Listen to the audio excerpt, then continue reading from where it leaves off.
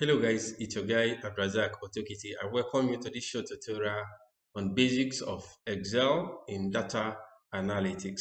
Now, to open Excel in your desktop or your laptop, you simply come to search bar, you write Excel and hit enter.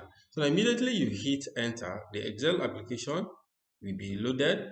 Now, after it has been loaded, you will see you have the blank workbook, the sales report, and the personal monthly budget. The sales report and personal monthly budget are templates.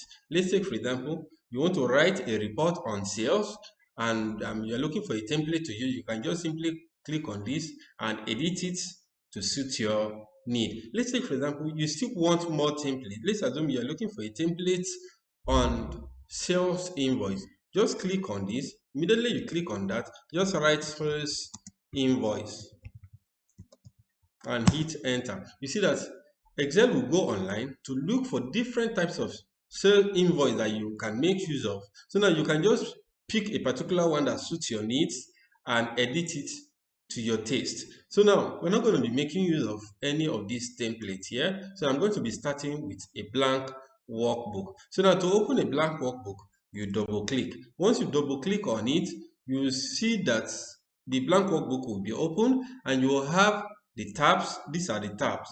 This is the home tab, this is the insert tab, this is the page layout, this is formula tab. So now and we have the files here. If you click on the file, you can save your workbook from here. You can print your workbook from here also. So now in this blank workbook, we have the column. These are the columns. The one that is in alphabet, that is the A, B, C, the column. These are the column. These are the columns. Now, this one, the one in 1, 2, 3, are what is called row. These are rows. These are rows. So now, the intersection of the column and the row is what is called a cell. So the inside here is what is called a cell. These are cells. These are cells. To make it clear to you, let me just color a cell. So now the one that is in yellow is cell. So now you can see that it's an intersection. It is a cell. And if you come here, we have the formula bar.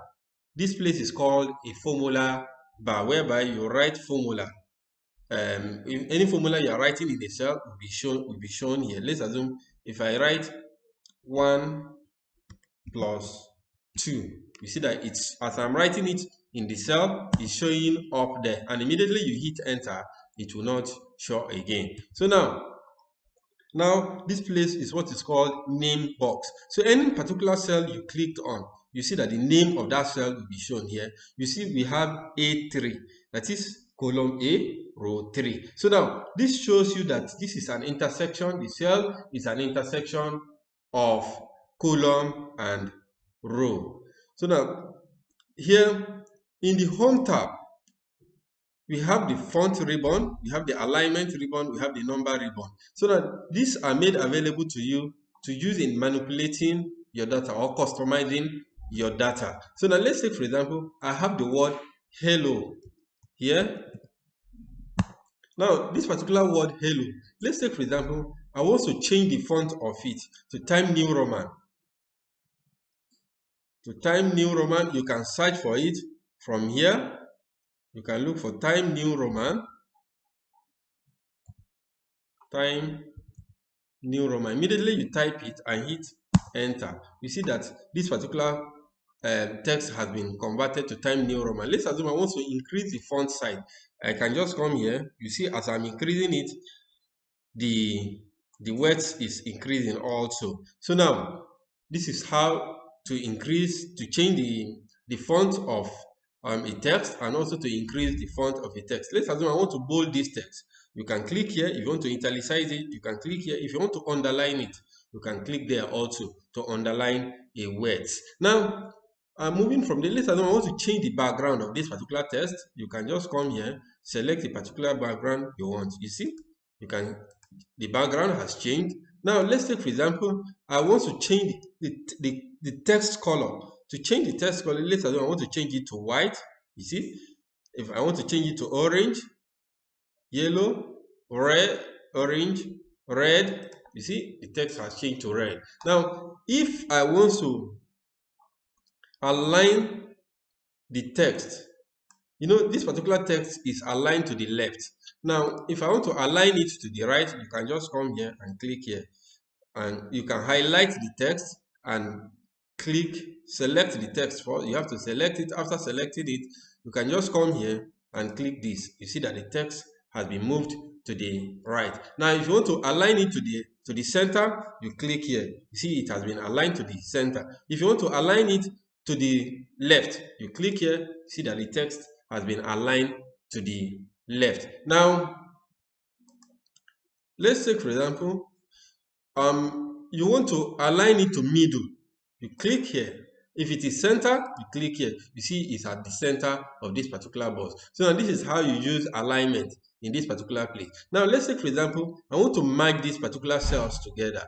To merge a cell, that is to combine them together, you just click this, merge and center. You see that this has been cut and everything has been joined together. That is how to merge a cell together in Excel. Now, or let's say, for example, if you have a long text, let's assume I have a text here that is very long. That is very long. Let's assume I have this. You see, it has overflown to another cell. Now, if I click here, you see that this particular text has been overflowed to another text, because if I click on this particular cell and I write here, you see that this text, everything is no longer displaying there. Now, for us to make everything to show on this particular cell, there is what we call wrap text. If you click on it, you see that the remaining one, the overflown one, will be moved down. So now this is how to wrap your text in Excel. Now, let's take, for example, here also you can decide to format your text. You can assign a different format to your text from this particular ribbon. You can come here. If it is a number, you can format it as number. If it's a currency, you can format it as a currency, and so forth. If it's date, you can format it as a date. If it is a time, you can format it as a time there also. Then we have conditional formatting on this style ribbon.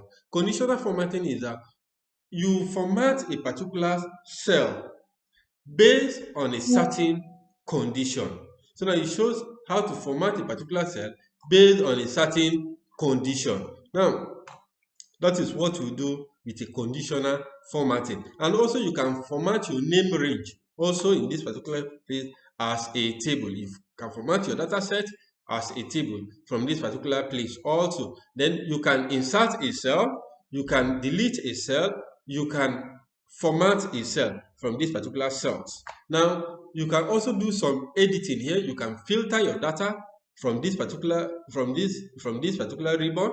You can sort also your data. You can find a text within your data set from this particular, using this find symbol. You can also clear a data from this particular, from your data set using this particular